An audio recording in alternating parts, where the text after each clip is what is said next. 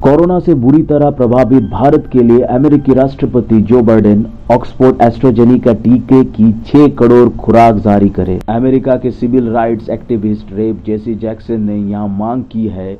उन्होंने कहा कि भारत जिस तरह के स्वास्थ्य संकट से गुजर रहा है, इस स्थिति में बड़े स्तर पर टीकाकरण से ही नियंत्रण संभव है। जैक्सन ने कहा कि भारत में हालात बहुत खराब है। अगर हवा इसी तरह चलती रही और हमने उसे रोकने की कोशिश नहीं की तो पूरी दुनिया इस हवा के चपेट में आ जाएगी। उन्होंने कहा कि वे अपने स्तर पर ऑक्सीजन बनाने वाले कंपनी से बात कर रहे हैं जिससे वहां के लोगों को पर्याप्त मात्रा में ऑक्सीजन मिल सके।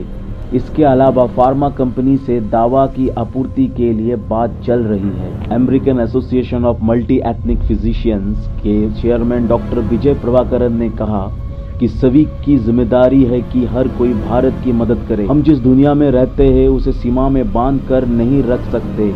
इस तरह शिकागो के भी कुछ लोगों ने कहा कि वह भारत को हर संभव मदद को तैयार है जिससे वहां पर जरूरी मेडिकल उपकरणों की किल्लत ना हो। भारत में कोरोना की दूसरी लहर से निपटने में सहयोग के लिए वैश्विक टास्क फोर्स की संचालन समिति से 3 नामों भारतीय अमेरिकी सीईओ जुड़ गए हैं। इसमें गूगल के सीईओ सुंदर पिचाई, डेलाइट के पुनीत रंजन और एडवोकेट शांतनु नारायण शामिल है। यह टास्क फोर्स कॉर्पोरेट की पहल पर बनाया गया है।